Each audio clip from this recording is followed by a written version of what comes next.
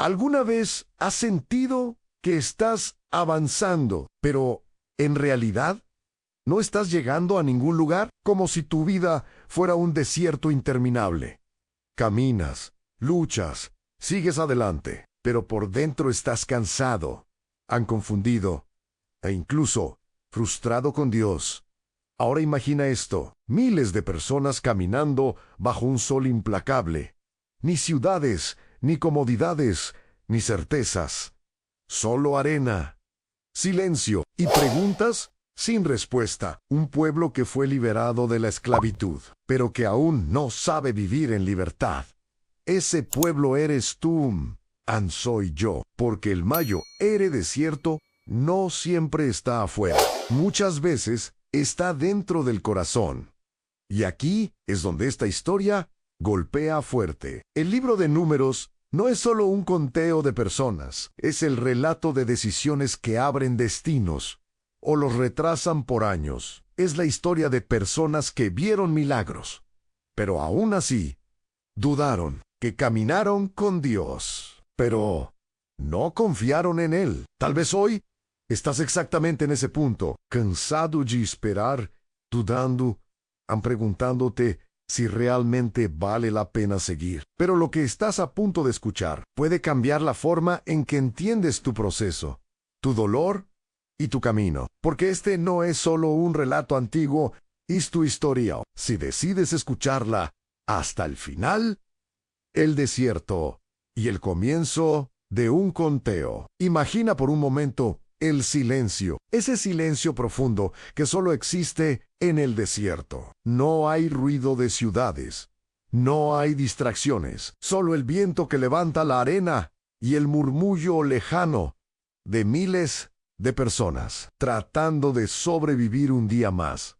El sol cae con fuerza sobre el campamento, tiendas extendidas hasta donde alcanza la vista, familias enteras, niños, ancianos, un pueblo completo viviendo en tránsito. No están en Egipto, pero tampoco han llegado a la tierra prometida. Están en ese lugar incómodo donde todo parece incierto. Y es aquí, en este escenario áspero, donde Dios le habla a Moisés, no en un palacio nen, no en un momento de comodidad, sino en medio del polvo, del cansancio, del proceso. Dios le da una instrucción clara en contar al pueblo. Hombres, Jigehau, tribu por tribu, familia por familia.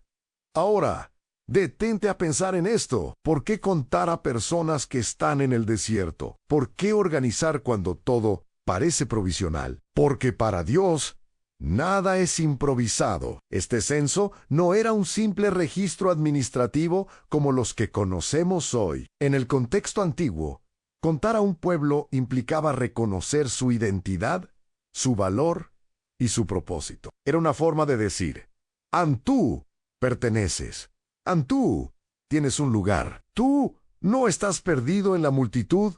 Cada nombre, cada familia, cada tribu estaba siendo vista por Dios. Mientras ellos quizás se sentían desorientados, inseguros, incluso olvidados, Dios estaba demostrando lo contrario.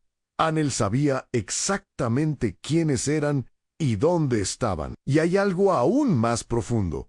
Este conteo no era solo para saber cuántos eran, sino para prepararlos, porque aunque estaban en el desierto, no estaban destinados a quedarse ahí. Eran un pueblo en camino, un pueblo con propósito, un pueblo que debía avanzar. En la cultura de la época, organizar un ejército era señal de que algo importante venía. No se preparaban para quedarse, se preparaban para conquistar. Y aquí es donde esta escena empieza a tocar nuestra vida, porque muchas veces tú también te encuentras en un desierto, un momento donde no ves claridad, donde sientes que estás esperando, donde parece que no pasa nada, pero mientras tú sientes que estás detenido, Dios está contando, está ordenando, está preparando, está viendo detalles que tú ni siquiera percibes. Tal vez te has sentido uno más entre la multitud, como si tu vida no tuviera un impacto real. Pero este momento en el desierto nos revela algo poderoso para Dios. No eres un número sin rostro. Eres alguien con propósito, con dirección, con un lugar definido, aunque aún no lo veas. Y así, en medio del polvo y la incertidumbre, comienza una historia que no se trata solo de contar personas, sino de formar destinos, orden, en medio del caos. Ahora imagina la escena después de ese conteo. No es solo una multitud caminando sin rumbo. Comienza a tomar forma. Donde antes veías desorden, ahora empieza a aparecer estructura. Donde antes parecía un campamento improvisado, ahora se levanta algo intencional, casi como un diseño divino trazado sobre la arena. Dios no solo le dice a Moisés que cuente al pueblo, le dice cómo organizarlo. Cada tribu recibe un lugar específico alrededor del tabernáculo. No es casualidad, al oriente, al occidente, al norte y al sur. Cada grupo tiene su posición exacta. Y en el centro de todo no está Moisés, no está un líder humano. Está el tabernáculo, la presencia de Dios. Ansí, pudieras verlo desde arriba, como una vista aérea, notarías algo impactante. Todo gira alrededor de Dios. Él es el punto central, el eje, el corazón del campamento. Esto, en el contexto del antiguo cercano Oriente, es profundamente significativo. Las naciones vecinas solían colocar el poder humano en el centro, en el rey, el ejército, el templo de sus dioses. Pero aquí, el Dios de Israel no comparte su lugar. Él no es un complemento, es el centro absoluto. Y esto cambia todo, porque cuando el centro está bien colocado, el resto encuentra su lugar. Piensa en el impacto emocional para el pueblo. Ellos venían de generaciones de esclavitud en Egipto, donde todo era caos controlado por opresión. No tenían identidad propia, no tenían orden basado en dignidad, sino en imposición. Ahora, en el desierto, Dios les está enseñando algo nuevo a vivir, como un pueblo libre, pero con propósito. Cada familia sabía dónde acampar, cada tribu sabía cuándo moverse. Había dirección, había sentido. Y no solo era práctico, era espiritual, porque cada mañana, al salir de su tienda, lo primero que veían era una realidad visual poderosa. Dios está en el centro de nosotros. No era una idea abstracta, era algo visible, tangible. Y aquí es donde esta escena se vuelve profundamente personal, porque si somos honestos, muchas veces nuestra vida se siente como ese campamento antes de ser ordenado. Pensamientos desordenados, decisiones impulsivas, relaciones fuera de lugar, prioridades mezcladas. Queremos avanzar, pero todo dentro de nosotros está desalineado. Y quizás el problema no es que te falte esfuerzo, sino que te falta centro. Dios no empieza cambiando todo a la vez, empieza reordenando, colocándose en el lugar correcto. Cuando Él ocupa el centro, lo demás comienza a alinearse poco a poco, no de forma magical, sino de forma intencional, como en el desierto. Y así, mientras el pueblo comienza a tomar forma alrededor de la presencia divina, se establece una verdad que atravesará toda la historia. Un pueblo sin centro se pierde, pero un pueblo con Dios en el centro encuentra dirección, incluso en medio del desierto.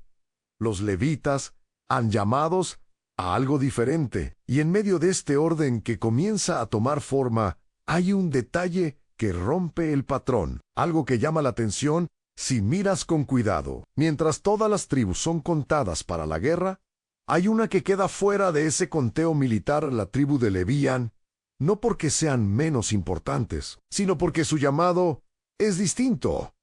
Imagina el contraste: hombres preparándose para la batalla, organizándose por familias, contando sus fuerzas, afinando su disposición para lo que vendrá. Y al mismo tiempo, en el centro del campamento, un grupo de hombres con otra responsabilidad, completamente diferente: cuidar el tabernáculo, servir en lo sagrado, proteger la presencia de Dios en los levitas, No marchaban al frente con espadas, pero cargaban algo mucho más delicado y poderoso. Ellos desmontaban y transportaban el tabernáculo cada vez que el pueblo se movía. Cuidaban cada objeto sagrado, el arca, el altar, los utensilios. No era una tarea ligera. En el contexto bíblico, acercarse a los santos sin el debido respeto podía ser peligroso. Por eso, su labor requería reverencia, precisión y obediencia total. No era un trabajo visible para todos,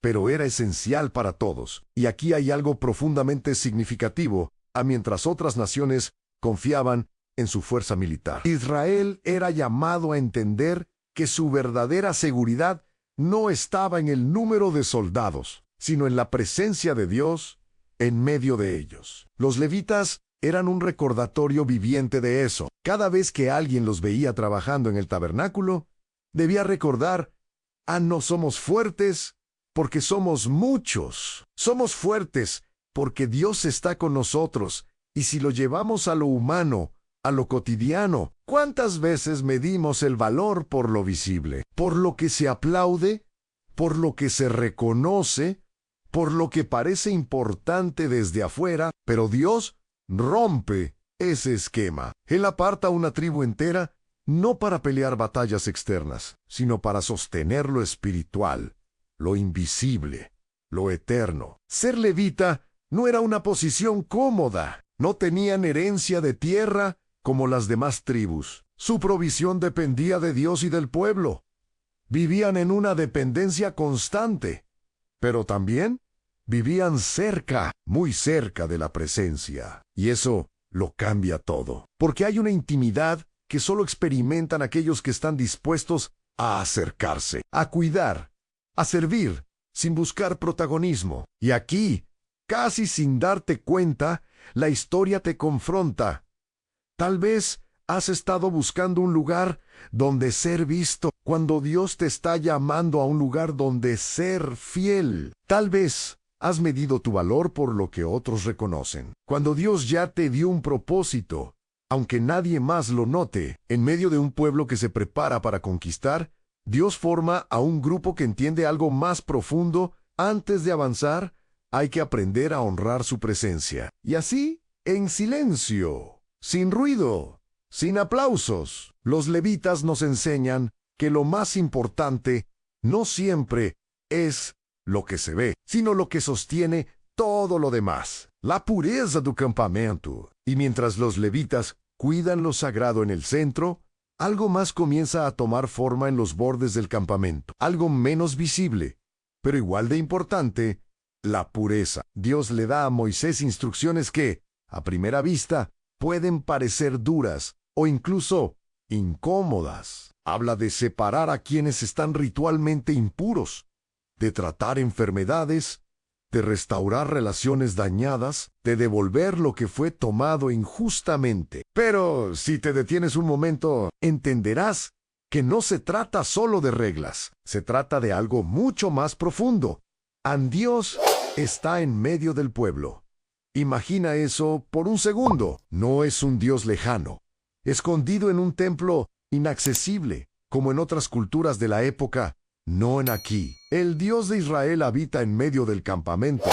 Camina con ellos, permanece entre sus tiendas. Y eso lo cambia todo. Porque cuando la presencia de Dios está cerca, lo que antes parecía normal, ya no lo es. En el contexto del antiguo Israel, la pureza no era solo higiene física, era una forma de expresar respeto, reverencia, conciencia de que estaban viviendo en un espacio donde lo divino tocaba lo humano. Por eso, cuando alguien estaba impuro, ya sea por enfermedad, contacto con la muerte u otras razones, debía salir temporalmente del campamento. No como castigo, sino como protección y restauración. Era un naupausao, para sanar, para recuperar, para volver en condiciones adecuada. Y también se habla de restitución. Si alguien dañaba a otro, no bastaba con pedir perdón. Tenía que devolver lo perdido, incluso añadir algo más, porque en este pueblo las relaciones importaban. La justicia no era solo legal, era relacional. Dios estaba formando una comunidad donde la vida espiritual y la vida diaria no estaban separadas. Y aquí es donde esta escena se vuelve incómodamente cercana, porque hoy vivimos en una cultura donde es fácil separar lo espiritual de lo cotidiano. Podemos hablar de Dios, pero vivir sin tomar en cuenta su presencia en nuestras decisiones, en nuestras palabras, en nuestras relaciones. Pero este momento en el desierto nos confronta con una verdad clara: no puedes vivir de cualquier manera cuando Dios habita contigo. No se trata de ser perfecto, sino de ser consciente. Consciente de lo que dices, de cómo tratas a otros, de lo que guardas en tu corazón. Porque así como el campamento debía mantenerse limpio para reflejar la presencia de Dios, tu vida también es un espacio donde esa presencia quiere habitar. Y quizás hoy, sin darte cuenta, hay áreas que necesitan ser ordenadas, sanadas, restauradas, no por obligación, sino porque algo sagrado está ocurriendo en tu interior. Y mientras el pueblo aprende a vivir con esa conciencia, el desierto deja de ser solo un lugar de paso y se convierte en un lugar de transformación profunda. La prueba de los celos y el corazón humano. Y en medio de estas leyes sobre pureza y restauración, aparece una escena que, si la miras rápidamente, puede parecer extraña, incluso incómoda. Dios le da a Moisés instrucciones sobre lo que hacer cuando un hombre sospecha que su esposa le ha sido infiel, pero no tiene pruebas. Detente ahí un momento. No estamos hablando de un caso evidente, ni de una acusación comprobada. Estamos hablando de algo más sutil, más peligroso. La sospecha. Imagina el ambiente en el campamento, tiendas cercanas unas a otras, familias conviviendo día a día, miradas, comentarios, silencios, y en medio de todo eso, un corazón que empieza a llenarse de duda. El hombre no tiene evidencia, no vio nada, pero algo dentro de él no lo deja en paz, y esa inquietud comienza a crecer. En el contexto cultural de aquella época, la fidelidad matrimonial era algo extremadamente serio, porque afectaba no solo a la pareja, sino a toda la estructura familiar y social. Pero aquí, Dios no permite que la sospecha se convierta en violencia, en venganza o en juicio humano descontrolado. En lugar de eso, establece un proceso. El caso es llevado ante el sacerdote, no se resuelve en privado, ni con impulsos emocionales. Se lleva a un espacio donde Dios es reconocido como el juez final. La mujer pasa por un ritual específico, detallado en el texto bíblico, donde se busca que sea Dios quien revele la verdad. Y aquí es donde debemos tener claridad. No es un espectáculo, ni una práctica mágica, como en otras culturas de la región. Es una forma, dentro del contexto antiguo, de frenar la injusticia humana y poner el asunto en manos divinas. Porque el verdadero problema no era solo la posible infidelidad, era el corazón lleno de celos. Y los celos, cuando no se controlan, pueden destruirlo todo: relaciones, familias, confianza, incluso la propia paz interior. Dios, en su sabiduría, no ignora este tipo de conflictos, no los minimiza, los lleva a un lugar donde pueden ser tratados con seriedad, pero también con justicia. Y si lo traemos a hoy, ¿cuántas veces nuestras relaciones se rompen, no por hechos, sino por suposiciones, palabras no dichas a mensajes mal interpretados, silencios que llenamos con nuestras propias inseguridades? Ipsilon poco, a poco, el corazón se contamina. Lo que comienza como una duda se convierte en distancia, la distancia en frialdad y la frialdad en ruptura. Este pasaje, aunque antiguo, revela algo muy actual. El mayo ere campo de batalla, no siempre está afuera, está dentro del corazón humano. Dios no solo se interesa por grandes decisiones o eventos visibles, también entra en esos espacios íntimos donde nacen las emociones más complejas. Y tal vez hoy, esta parte de la historia te invita a detenerte, a examinar lo que hay dentro de ti. Porque no todo lo que sientes es verdad, pero todo lo que sientes puede influir profundamente en lo que haces. Y mientras el pueblo sigue aprendiendo a vivir como una comunidad guiada por Dios, queda claro algo esencial. No basta con organizar el campamento por fuera, también hay que ordenar el corazón por dentro.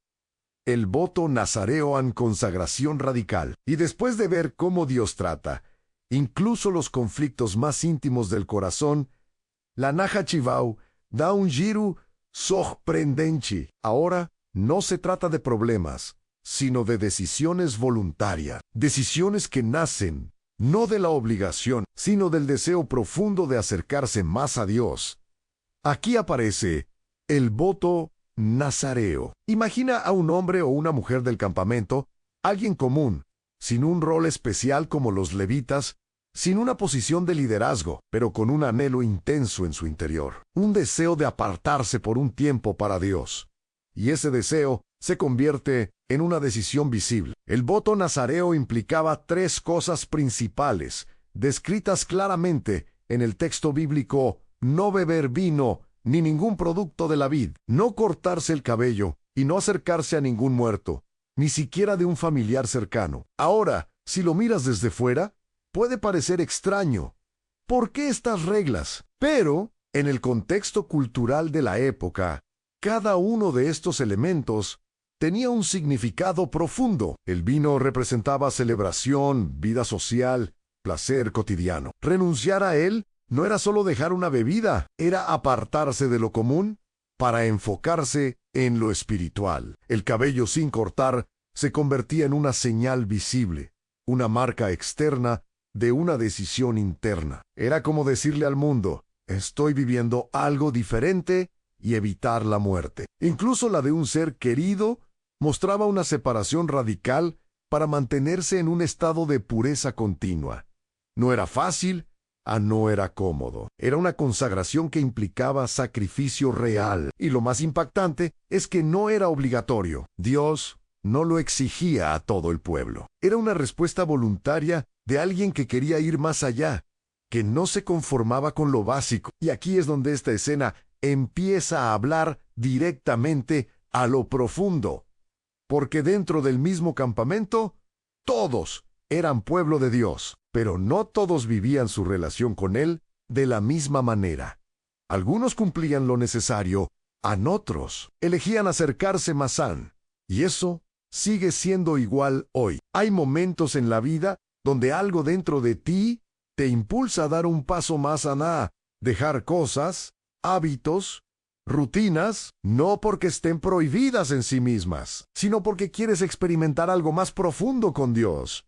Pero ese tipo de decisiones siempre tienen un costo. Significa decir no a lo que otros consideran normal. Significa sostener una convicción cuando nadie más la entiende. Significa vivir con una marca visible, aunque no todos la comprendan. Y sin embargo, también tiene una recompensa invisible, una cercanía distinta, una sensibilidad espiritual más profunda, una relación más consciente. El nazareo no era mejor que los demás, pero sí estaba más enfocado. Y tal vez hoy, mientras escuchas esto, hay algo dentro de ti que se identifica. Esa sensación de que hay más de que puedes vivir tu fe de una forma más intensa, más real, más comprometida, no por presión, más por amor. Y así, en medio de un pueblo que aprende a caminar con Dios, el voto nazareo nos deja una pregunta flotando en el aire. Una pregunta que no se responde con palabras, sino con decisiones. ¿Qué tan lejos estás dispuesto a llegar en tu relación con Dios? La bendición que lo cambia todo. Y justo después de hablar de consagración, de decisiones radicales, dividos, apartados, ocurre algo profundamente hermoso. Como si Dios dijera: ahora, escuchen esto, porque esto es lo que realmente define todo en medio del desierto, entre normas, responsabilidades y desafíos. Dios le da a Moisés una instrucción específica para Aarón y sus hijos, los sacerdotes, una bendición. Pero no cualquier bendición, una que atraviesa generaciones. Imagina la escena, el pueblo reunido, el sol cayendo lentamente, el aire aún caliente del día, y el sacerdote levantando sus manos sobre la multitud, no para juzgar, no para señalar errores, sino para declarar algo sobre ellos. Jehová te bendiga y te guarde. Las palabras no son largas, no son complicadas, pero están cargadas de significado. En el mundo antiguo, bendecir no era solo decir algo bonito, era declarar una realidad espiritual sobre alguien. Era invocar protección, favor, dirección. Jehová haga resplandecer su rostro sobre ti. Esto, en el lenguaje de la época, era una imagen poderosa. Cuando el rostro de un rey brillaba sobre alguien, significaba aceptación, agrado, cercanía. No era rechazo, era aprobación. Y tenga de ti misericordia. Porque Dios no solo es poderoso, también es compasivo. Él ve la fragilidad humana, los errores, las luchas, y aún así decide acercarse con gracia. Jehová alce sobre ti su rostro y ponga en ti paz. Paz, pero no solo ausencia de conflicto. En hebreo, la palabra shalom implica plenitud, bienestar, armonía completa. Es como si Dios estuviera diciendo, quiero que estés completo, por dentro y por fuera. Y hay un detalle que no puedes pasar por alto. Dios mismo dice, así pondrán mi nombre sobre los hijos de Israel. No es solo una bendición, es identidad. El pueblo no solo recibe palabras, recibe el nombre de Dios sobre ellos. Es una marca espiritual que los define. Y ahora, vuelve a mirar el contexto.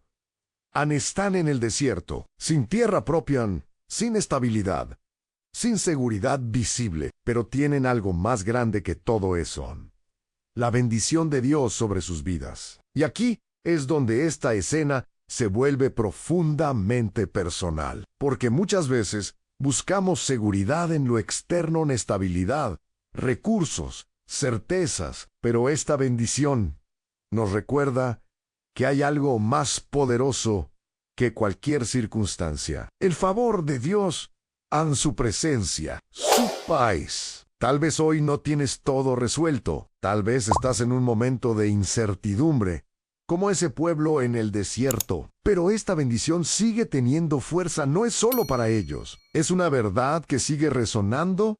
Dios quiere guardarte, mostrarte su favor, tener misericordia de ti y darte paz. Y mientras el eco de esas palabras se extiende por el campamento, algo cambia en el ambiente. No porque las circunstancias hayan desaparecido, sino porque ahora el pueblo sabe algo que lo sostiene todo.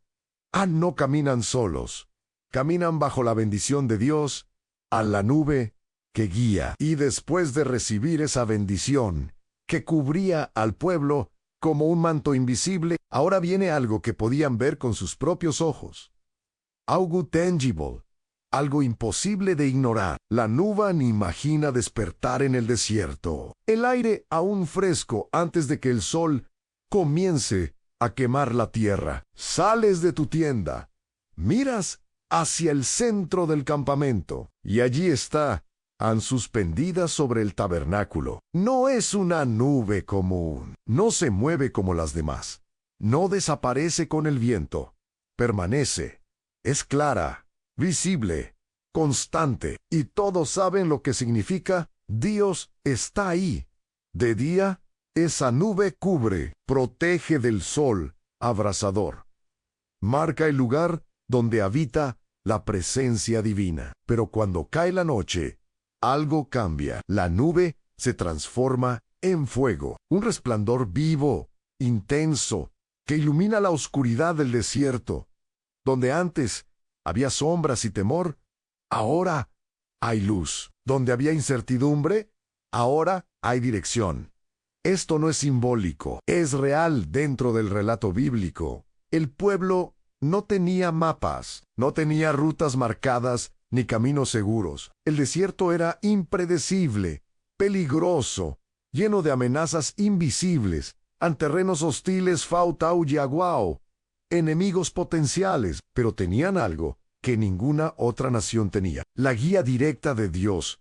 Aun cuando la nube se levantaba, el pueblo sabía que era momento de moverse. No importaba si llevaban días acampados o meses ansí, la nube se movía, ellos se movían. Y cuando la nube se detenía, ellos se detenían sin cuestionar, sin negociar. A veces, la nube permanecía mucho tiempo en un lugar. Días que se convertían en semanas, semanas en meses. La espera podía ser desesperante, pero no se movían, porque en este proceso, Dios no solo los estaba llevando a un destino, los estaba enseñando a depender, a confiar, a soltar el control. Y aquí es donde esta escena se vuelve increíblemente cercana, porque todos queremos dirección clara, queremos saber cuándo avanzar, cuándo detenernos, cuándo cambiar de rumbo, pero muchas veces, como el pueblo, no tenemos un mapa completo. Sí, Alice, momentos donde sentimos que es tiempo de avanzar, y otros donde, aunque no lo entendamos, debemos quedarnos quietos, y eso es difícil, porque quedarse quieto cuando quieres avanzar desespera, pero avanzar cuando no es el momento puede ser peligroso. La nube enseña algo que no se aprende fácilmente. No se trata de moverte rápido, se trata de moverte cuando Dios se mueve, y eso requiere sensibilidad, requiere observar y esperar, confiar, porque en el desierto, moverse sin la guía correcta no es solo un error, puede costarte todo. Y tal vez hoy estás en una de esas dos posiciones, o sientes que es momento de avanzar, pero no tienes claridad, o sientes que estás detenido y no entiendes por qué. Esta escena te susurra algo poderoso. Si la presencia de Dios está contigo, no estás perdido, aunque no sepas exactamente hacia dónde vas. Y mientras el pueblo aprende a caminar al ritmo de la nube, algo cambia dentro de ellos. Dejan de depender de su lógica y comienzan a depender de su guía, porque al final no es el camino lo que garantiza el destino, es quien te está guiando en él, en la queja que comienza a crecer. Y justo cuando parece que todo está alineado, cuando hay orden, propósito, dirección clara, algo empieza a romperse desde adentro. No es un enemigo externo, no es una amenaza visible, es algo más silencioso, más peligroso. A la queja. Imagina la escena. El pueblo ha estado caminando bajo la guía de la nube, han visto milagros, han recibido provisión diaria, han experimentado la presencia de Dios de una manera que ninguna otra nación había vivido. Y aún así, algo empieza a cambiar en el ambiente. Primero son susurros, comentarios sueltos entre tiendas, miradas de cansancio, frases como «otra vez lo mismo, ya estoy harto». Esto no era lo que esperaba. El desierto, con su rutina constante, comienza a desgastar. El calor, la falta de variedad, la incertidumbre, todo eso empieza a acumularse en el corazón. Y lo que comienza como una incomodidad se transforma en murmuración. El texto bíblico lo dice con claridad. El pueblo comenzó a quejarse delante de Dios. No es solo que hablaran entre ellos, es que su actitud se convirtió en una expresión directa de descontento hacia Elan. Y aquí hay algo profundamente humano, porque la queja no siempre nace de la maldad, muchas veces nace del cansancio, de expectativas no cumplidas, de procesos largos, de momentos donde lo que vives no se parece a lo que imaginabas. Pero hay un punto donde la queja deja de ser una expresión emocional y se convierte en una postura del corazón. Y eso es lo que empieza a ocurrir. De repente, comienzan a recordar Egipto, pero no lo recuerdan como realmente era. No hablan de la esclavitud, no mencionan el dolor, la opresión, el trabajo forzado. Hablan de la comida. Recordamos el pescado, los pepinos, los melones.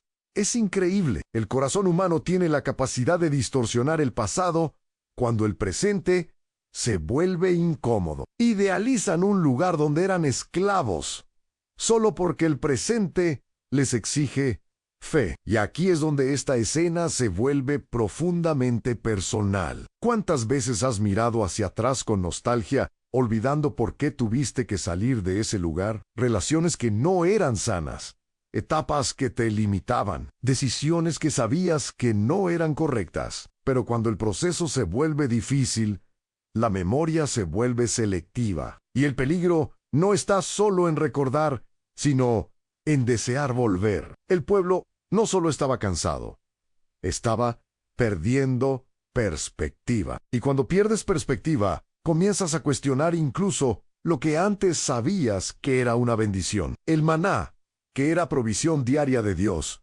ahora les parece insuficiente, monótono, aburrido. Lo que antes era milagro, ahora es rutina. Y eso es lo que hace la queja apaga la capacidad de reconocer lo que tienes. Te enfoca en lo que falta y te desconecta de lo que ya has recibido. Y mientras el murmullo crece, el ambiente del campamento cambia.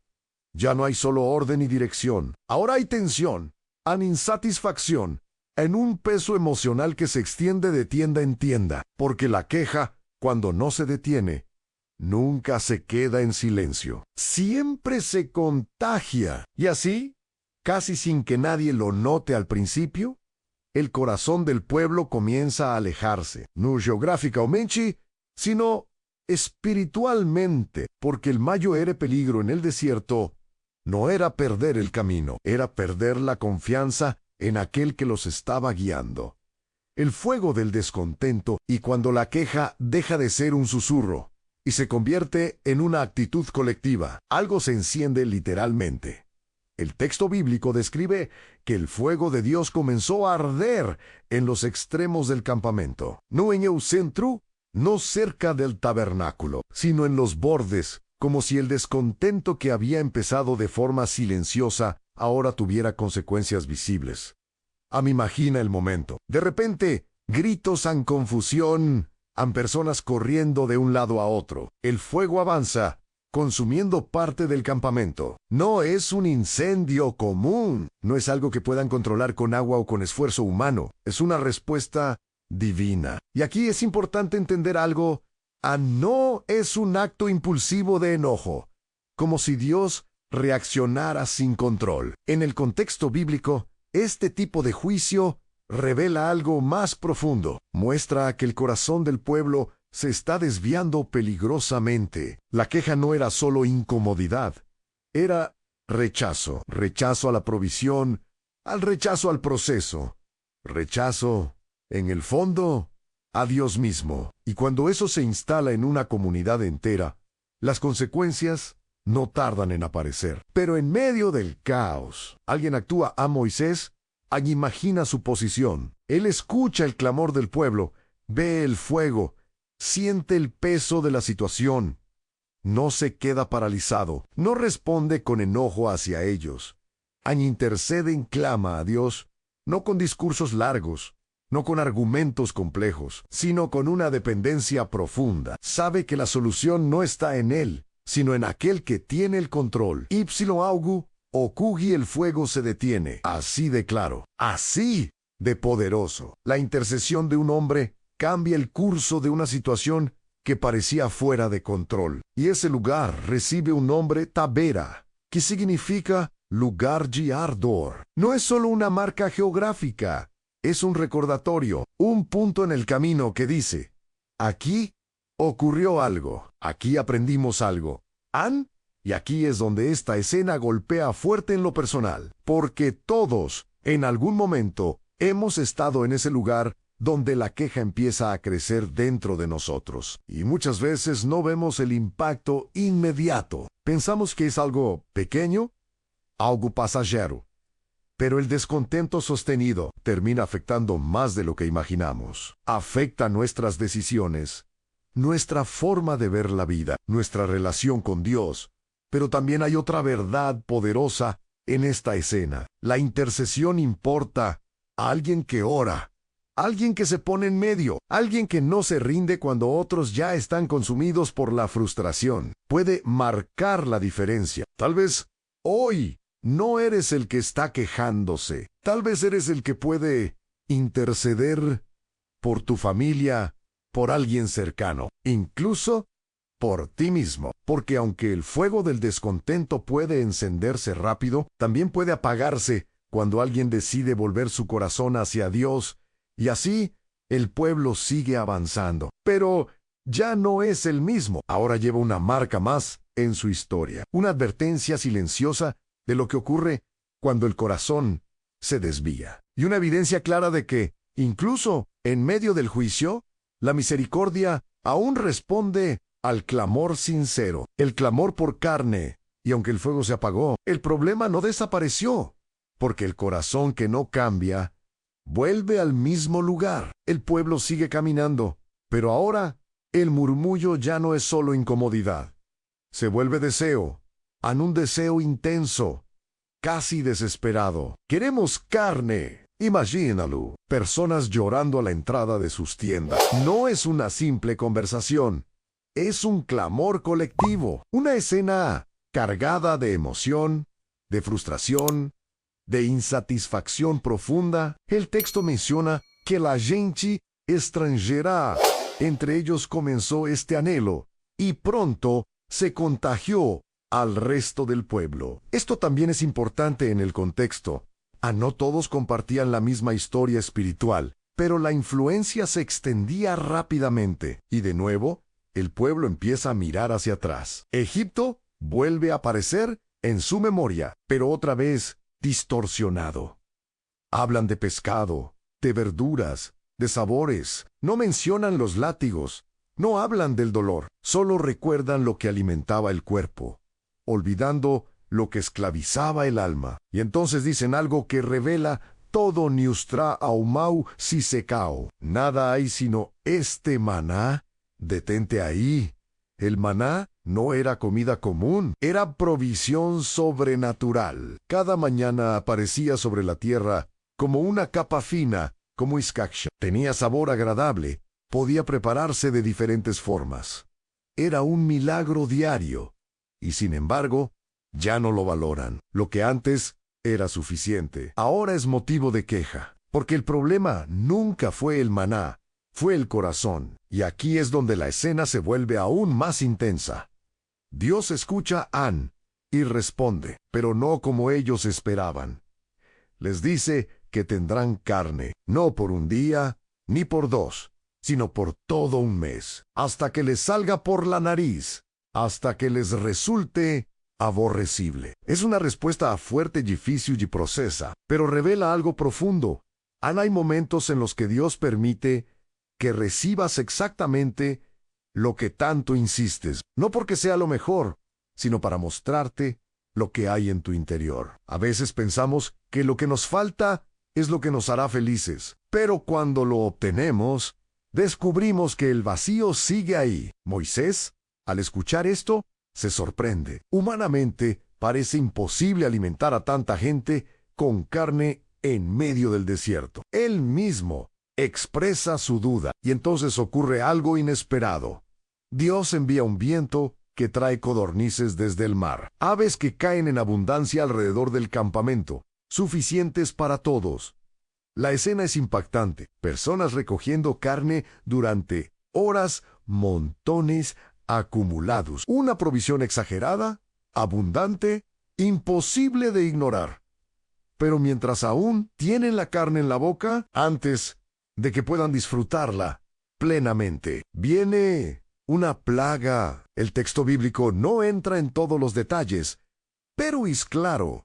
Muchos mueren. El lugar recibe un nombre en Kibrot-Tataba, que significa sepulcros de la avidez o tumbas del deseo. Un nombre fuerte, un recordatorio permanente. Aquí murieron aquellos que dejaron que su deseo desordenado dominara su corazón. Y ahora, detente un momento y respira, porque esta escena no es solo historia, es un espejo. ¿Cuántas veces has pensado que algo más te haría sentir completo? Más dinero, más reconocimiento, más comodidad.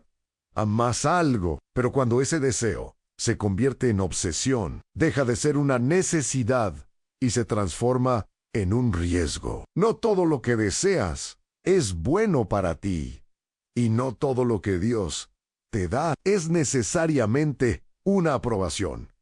A veces es una lección, una que no siempre es fácil, pero que es necesaria. Y mientras el pueblo sigue avanzando, ahora con otra marca en su historia, queda una verdad clara flotando en el aire del desierto. El problema nunca fue la falta de provisión, fue la incapacidad de reconocer que lo que Dios ya estaba dando era suficiente, el peso que nadie ve. Después de todo lo ocurrido, el campamento sigue en silencio. No es un silencio de paz, es un silencio pesado, como cuando algo se rompe por dentro y nadie sabe exactamente cómo repararlo. El pueblo ha visto el fuego, ha probado la disciplina, ha sentido las consecuencias de sus propios deseos, y aún así la tensión no desaparece del todo. Y en medio de todo esto, hay alguien que también está siendo afectado profundamente: a Moisés. Porque mientras el pueblo se queja, él carga con las decisiones, carga con los conflictos, carga con el peso emocional de millones de personas. Imagínalo, por un momento, un líder caminando entre tiendas, escuchando llantos, quejas, frustraciones, personas que no están satisfechas, que siempre quieren más, que miran atrás en lugar de avanzar. Ni Moisés empieza a quebrarse. El texto bíblico nos deja ver algo muy humano, muy real. Él habla con Dios con una sinceridad cruda, sin filtros. Le dice, en esencia, ¿por qué me has puesto esta carga? ¿Acaso yo di a luz a este pueblo para tener que sostenerlo así? Es un grito del alma. No es rebeldía contra Dios, es agotamiento. Y aquí hay un detalle importante desde el contexto en el mundo antiguo.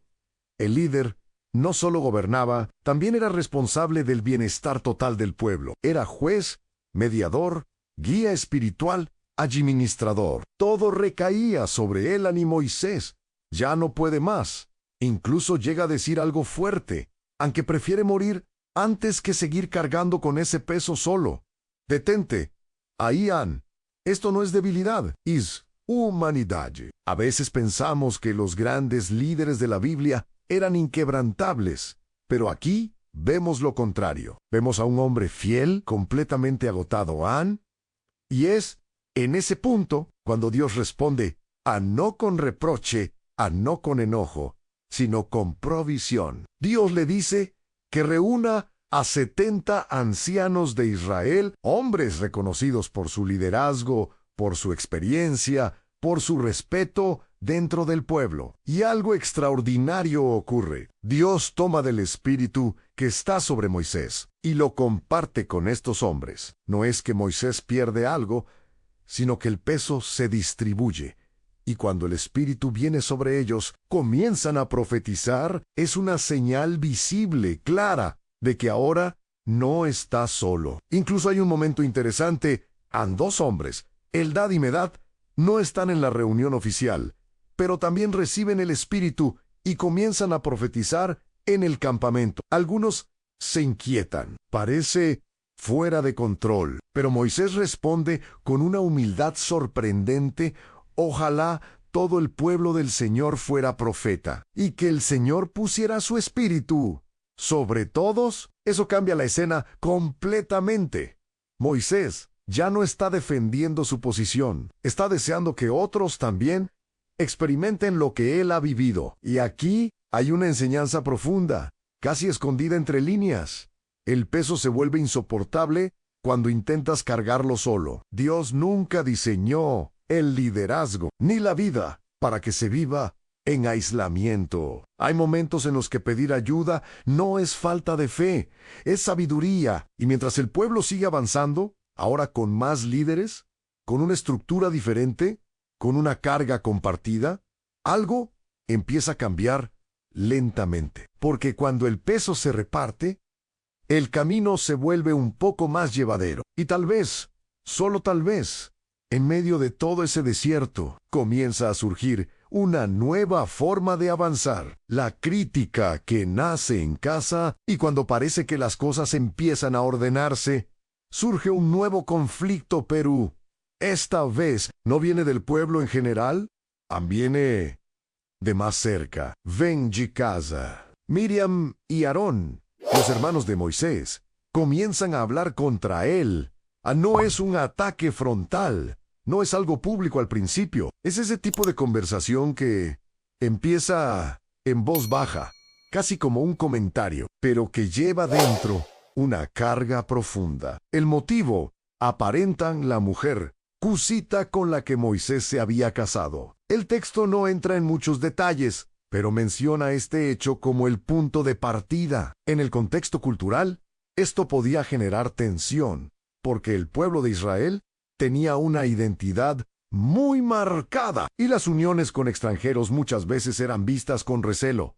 Pero eso no es todo, porque pronto queda claro que el verdadero problema no era la esposa, era el corazón. Miriam y Aarón dicen algo que revela lo que realmente está pasando. ¿Acaso solo por medio de Moisés ha hablado el Señor? ¿No ha hablado también por nosotros? Ahí está, en comparación, por orgullo, deseo de reconocimiento. No están cuestionando solo una decisión, están cuestionando la autoridad que Dios le ha dado a Moisés, y esto es delicado, porque ya no se trata de una queja por comida o incomodidad, se trata de una lucha interna por posición, por influencia, por identidad, y lo más impactante es lo que viene a continuación. El texto dice algo breve, pero profundamente revelador. Moisés era muy manso, más que todos los hombres sobre la tierra. En otras palabras, él no responde, no se defiende, no entra en discusión, no levanta su voz, guarda silencio, y ese silencio no es debilidad, es confianza.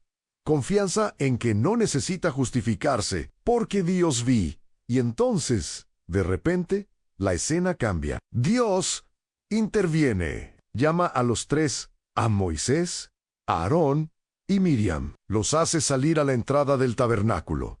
Es el lugar donde la presencia de Dios descendía de manera visible, en forma de nube. Imagínalo, el campamento observando a la distancia. La nube bajando, el aire cargado de tensión.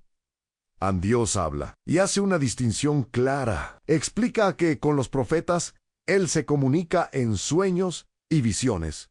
Pero con Moisés es diferente. Con él habla cara a cara, claramente, no en enigmas. Es una afirmación fuerte, no para exaltar a Moisés por sí mismo, sino para dejar claro que su posición no era una elección humana, era divina. Y entonces viene la pregunta que corta el aire. ¿Por qué, pues, no tuvisteis temor de hablar contra mi siervo Moisés? Silencio total. No hay respuesta. Y en ese momento, la nube se retira. Pero algo ha cambiado, cuando Aarón mira a Miriam. Se da cuenta de que su piel está blanca, como la nieve a lepra. Una enfermedad temida, no solo por lo físico, sino por lo que implicaba socialmente: aislamiento, exclusión, impureza. El impacto es inmediato. Aarón, que antes cuestionaba, ahora suplica, reconoce el error, admite que han actuado con insensatez. Moisés, el mismo que fue criticado, el mismo que no se defendió, ahora intercede, clama a Dios con una oración simple, directa. Te ruego, oh Dios, que la sanes. Ahora no hay cor. No hay venganza, solo compasión. Dios responde, pero establece una consecuencia. Miriam será aislada, fuera del campamento, por 7 días, como era costumbre en estos casos, según las leyes de pureza. Y aquí hay un detalle que no puedes pasar por alto.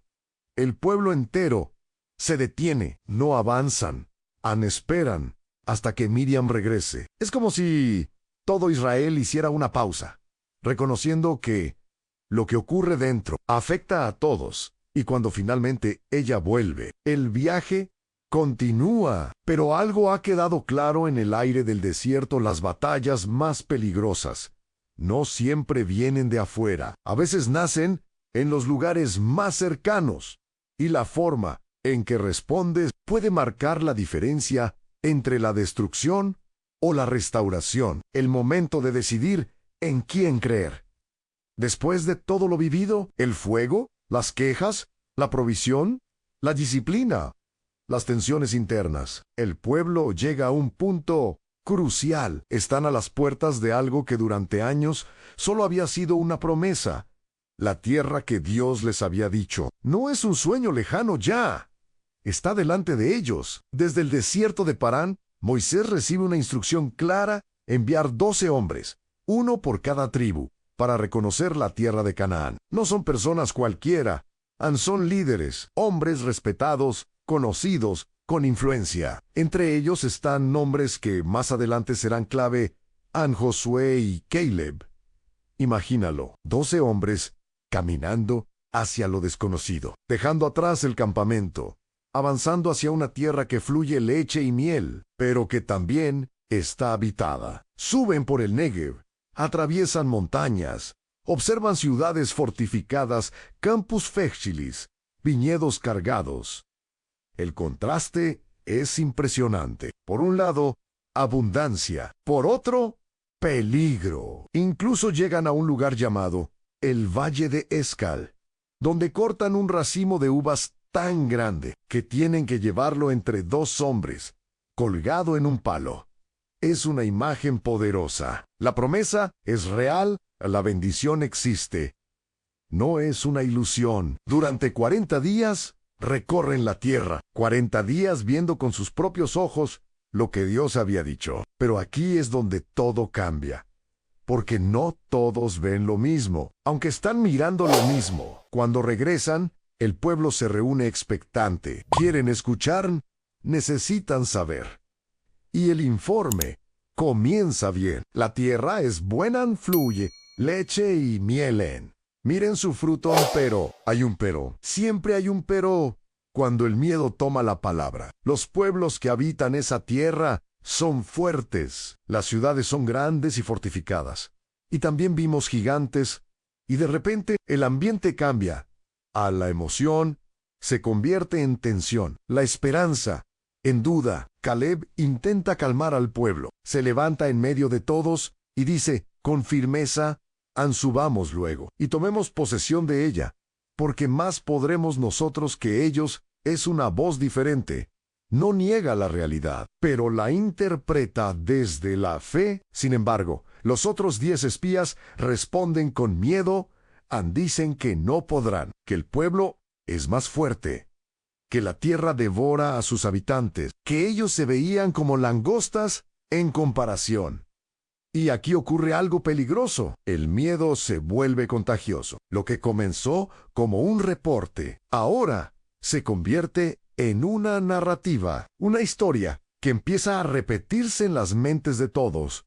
Y cuando el miedo se instala, distorsiona todo. La percepción cambia, la confianza se rompe, la promesa se debilita, no porque haya cambiado, sino porque dejaron de creer en ella. Y ahora, detente un momento, porque este no es solo un relato antiguo, es un momento que todos enfrentamos. Hay instantes en la vida donde estás justo frente a lo que has esperado, lo que has orado, lo que has anhelado durante años. Pero junto a la oportunidad, también aparece el miedo. Y entonces tienes que decidir. ¿Vas a creer en lo que ves o en lo que Dios ha dicho? Porque no siempre coinciden. El pueblo está justo ahí, a un paso de la promesa, pero también a un paso de retroceder. Y lo que decidan ahora no solo afectará ese momento, va a marcar su historia por generaciones. Cuando el miedo habla más fuerte que la fe, y esa decisión no tarda en manifestarse. La noche cae sobre el campamento, pero nadie duerme. Se escuchan voces, llantos, conversaciones cargadas de angustia. El reporte de los espías ha encendido algo que se esparce como fuego seco en medio del desierto. El pueblo entero comienza a llorar. Pero no es un llanto de arrepentimiento, es un llanto de desesperación mezclado con incredulidad. Ojalá hubiéramos muerto en Egipto o en este desierto. Escucha bien eso. Prefieren la muerte antes que enfrentar el desafío. El miedo ha cambiado completamente su perspectiva. Ya no ven la tierra prometida como una oportunidad, la ven como una amenaza. Y entonces surge una idea aún más peligrosa. Levantemos un líder y volvamos a Egipto.